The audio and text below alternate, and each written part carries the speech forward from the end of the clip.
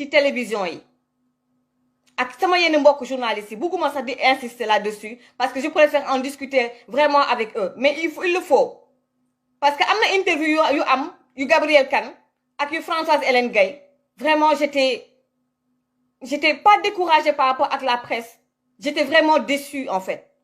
parce que am na yoo xamante ne booy invité nit muy Françoise wala muy Gabrielle ci un sujet boo maîtriser wu sujet bi man comprendre naa ne ñun ñi nekk ci mbir mi depuis 1 an di ko suivre bokkul ak ñi nga xamante ne da ngeen am ay invités yu bari vous êtes dans vous traitez beaucoup de sujets mais bu ngeen am invité mais ngir yàlla il faut faire des recherches même ci Google ngeen xool ce qu'on a écrit sur telle chose il faut travailler le sujet ngeen liggéey ci sujet bi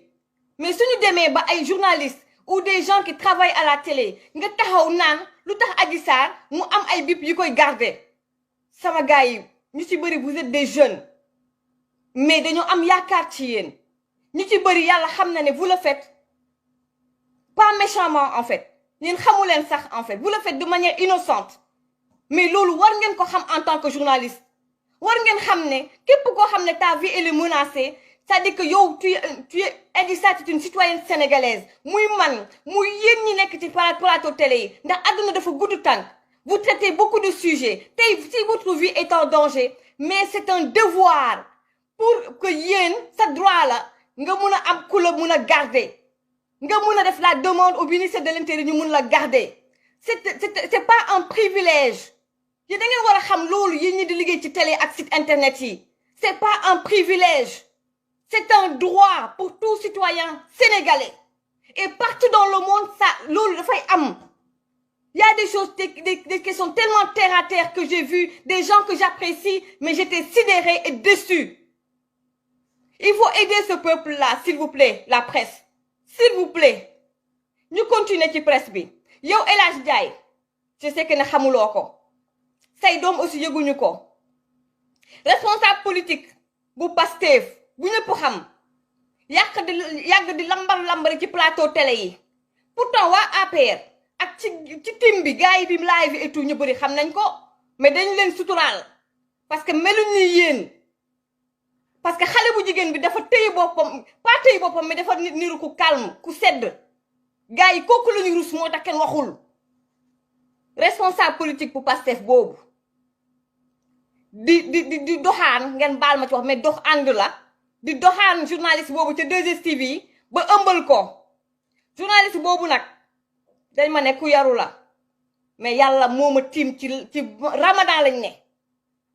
ba ma ko xamee mooy jamono yu Mansour Faye ak audio bi mu ne am na ko ci Ousmane Sonko laa ko découvrir extrait bi doon partagé ci réseaux sociaux yi dama ko seetaan ma seetaanoon ko encore ak beneen invité Me El Hadji Diouf c'est ne kii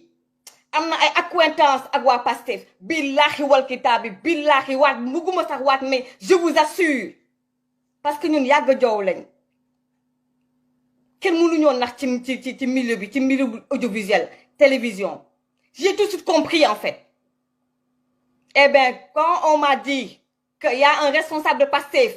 boo xam ne ëmbal na benn journaliste bu 2STV dama ne est-ce que du diw ñu yónnee ma photo ne ma diw la responsable ma ne la est-ce que du diw ñu ne ma diw la ma ne ko kii moo kaccapanwee noonu responsable bi sama mbokk journaliste yi d'abord El Hadj Ndiaye gis nañ benn 31 décembre da nga jël ses responsabilités ñëw ci plateau bi pour réguler affaire yi ndax télé bi sa télé la kenn du la yàqal wax naa ko sànq même man jamonoy show to show comme dama rakkaju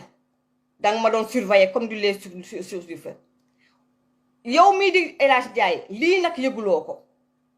gis nga waa kër Ousmane Sonko yii am na télé yoo xamante ne nii seeni responsable yàgg naa ko dama koy waxaat nii lañ def ak Ousmane Sonko mun naa ne c'est comme si dañu bokk ci bureau politique bu Pastef les Sénégalais le savent ñun ñii xam nañ ko dañ leen a bàyyi ci biir Sénégalais dem nañ ba découvrir ne télé bii kat tegatul neutralité seeni chroniqueur seeni journaliste su ma bëggoon jot lu arrangé Ousmane Sonko la ñuy def nit ñi xam ko ay waaye El Hadj Ndiaye bu fexe ba sa télévision bi mel noonu El Hadj Ndiaye boo gëmmee sa télévision yi comme télévision yooyu lay mel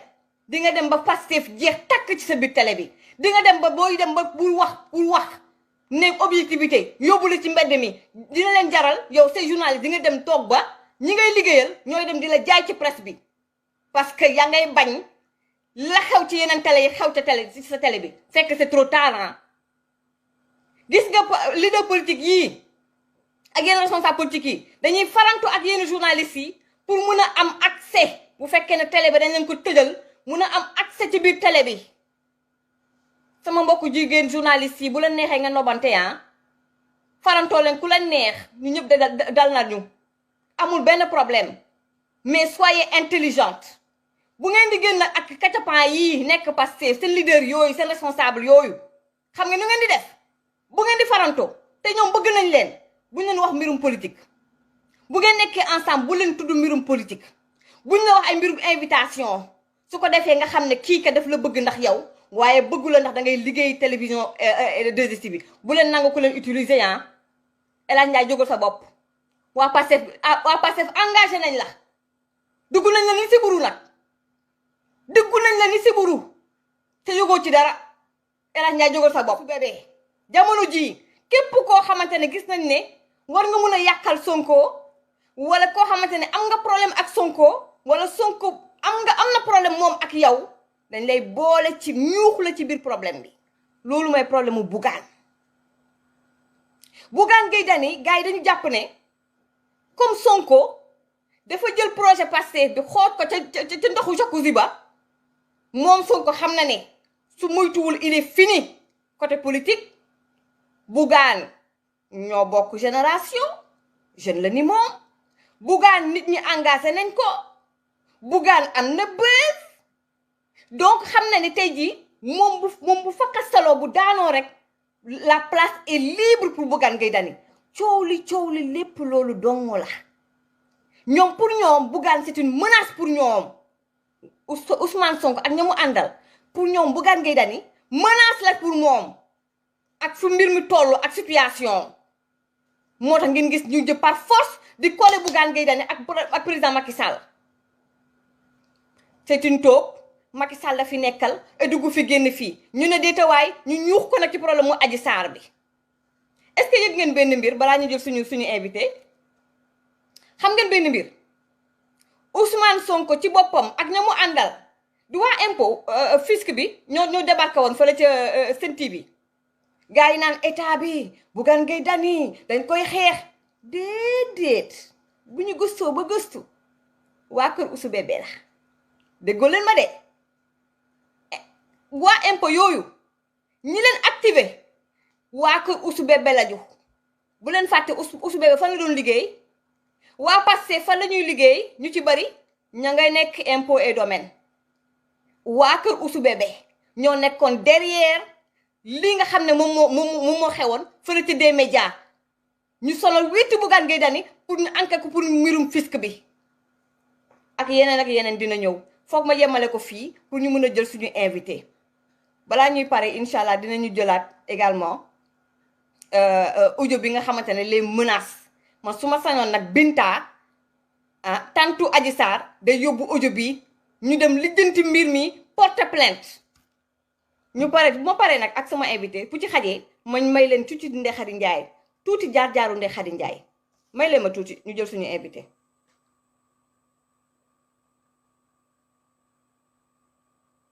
may leen ma jël Moustapha Diakhaté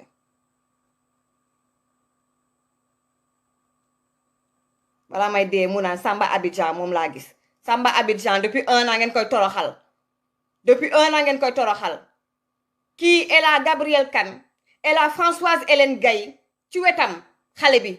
te nit kuy souffrir pendant 1 an xale bi am na lu mu jàng ci àdduna expérience su àdduna boo xamante ne ni kii fu mu munti dem ci àdduna moom Adji Sarr lu mu munti dund ci épreuve daf koy dékku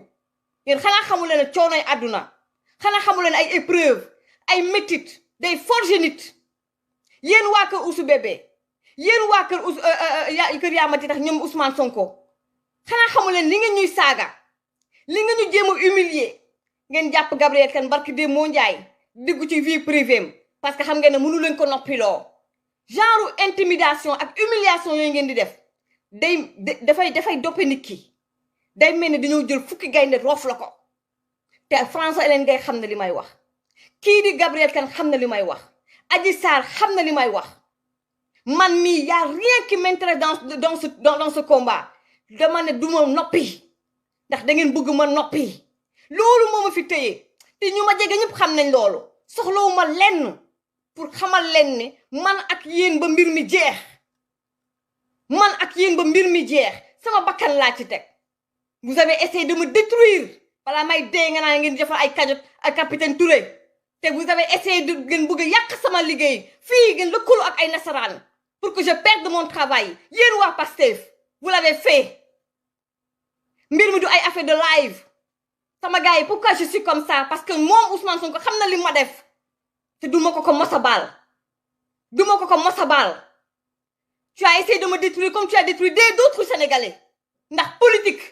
ndax pour tes intérêts personnels nga bëgg man sama liggéey tey ngeen bëgg capitaine na ngeen ko defar cagnotte ndax dañoo bëgg yàq liggéeyam pourtant vous me l'avez fait vous avez essayé vous avez échoué ma nekk fii bitim réew pour ñàkk jariñu vous avez essayé de ngeen bëgg yàq sama liggéey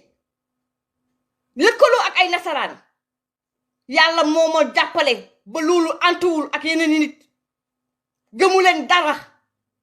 Ousmane Sonko lii nga def du ma la ko mos a baal on continue yéen da ngeen xamul kan mooy Ousmane Sonko xamul leen ñii mu àndal c'est des caïmans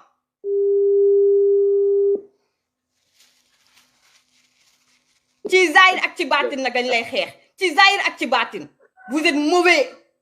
Ousmane Sonko ak ñi mu àndal vous êtes mauvais Moustapha Diakhaté maa ngi lay ziar.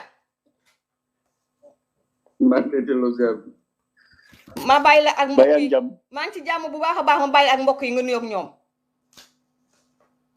mbokk yi maa ngi leen di ziar bu baax a baax di leen nuyu soxna Mati di leen baal wax di leen baal ak ci koor gi di ñaan yàlla subhanahu wa taala yàlla nanu baal te nangu suñuy koor di ñaan yàlla kàddu yi ma fiy nekk yëkkati nag nekk kàddu yoo xam ne day nekk dëgg te am njëriñ. macha allah waaw donc Moustapha Diakhaté gis nañ ni li nga xam ne moom mooy actualité bi moom mooy capitaine Touré ginnaaw audition bi wax naa ci live bi et tout mbirum Adji Sarr yow da nga jël ses responsabilités pour wax ci dossier bi